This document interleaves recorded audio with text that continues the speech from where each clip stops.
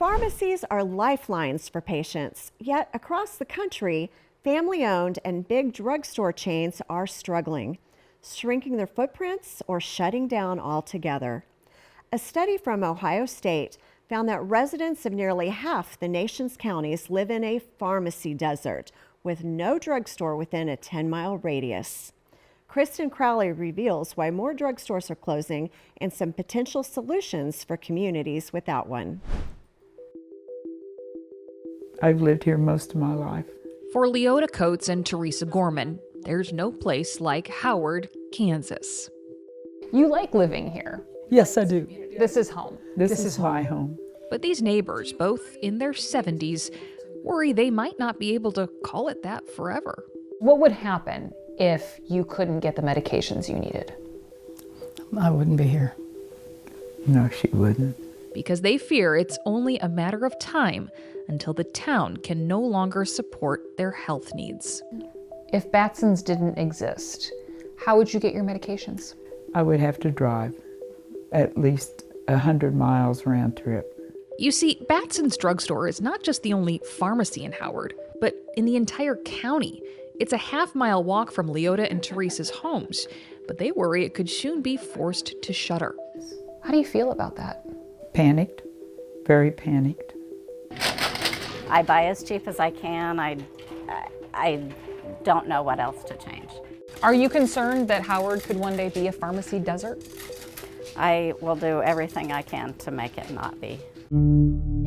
Research out of Ohio State University says pharmacy deserts are a growing problem nationwide. Those deserts can lead to healthcare issues in communities. And it's not just tied to prescriptions. They offer critical services like vaccinations and screenings. This is becoming a public health crisis for millions of patients who don't have access to a pharmacy. Douglas Hoy is the CEO of the National Community Pharmacists Association. He says there are a number of reasons for the increase in pharmacy deserts, like staffing shortages, even theft.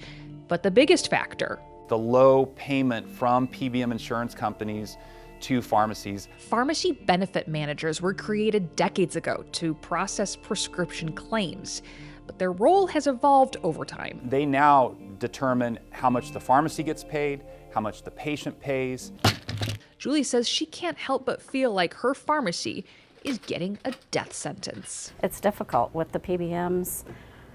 80% of my prescriptions are under what it costs me to dispense. A recent Federal Trade Commission report called PBMs powerful middlemen inflating drug costs and squeezing Main Street pharmacies. The national group representing America's PBMs declined to speak on camera, but said in a statement the FTC report falls far short of being a definitive, fact-based assessment of PBMs or the prescription drug market. But it's not just the independents. Some retail chain pharmacies say they are feeling the squeeze too. Walgreens, for example, has closed hundreds of stores in recent years. CVS and Rite Aid have also announced widespread closures and layoffs. I just can't fail. This is my baby. While it's not the same offerings as brick and mortar pharmacies, experts say some solutions include mobile pharmacies, telehealth, and remote pharmacy services. In Kansas City, I'm Kristen Crowley. The fact that she's having to sell prescriptions for less than what she's paying is unbelievable. This is what's happening in the medical community across the board. You see, we call them the mom and pop stores. Mm-hmm. You don't have the mom and pops even in medicine anymore. You have the big corporations coming to take over because the insurance reimbursement is not what it's costing. You have to see more patients. Mm-hmm. You get less reimbursement, and this is across the board in medicine. That's what you're seeing. I mean, what do you do when you end up with a pharmacy desert? Yeah, you can get your prescriptions by mail, but who are you talking to? Who are you consulting with? Mm-hmm. And that on its own, we should never isolate people from needed services. Right.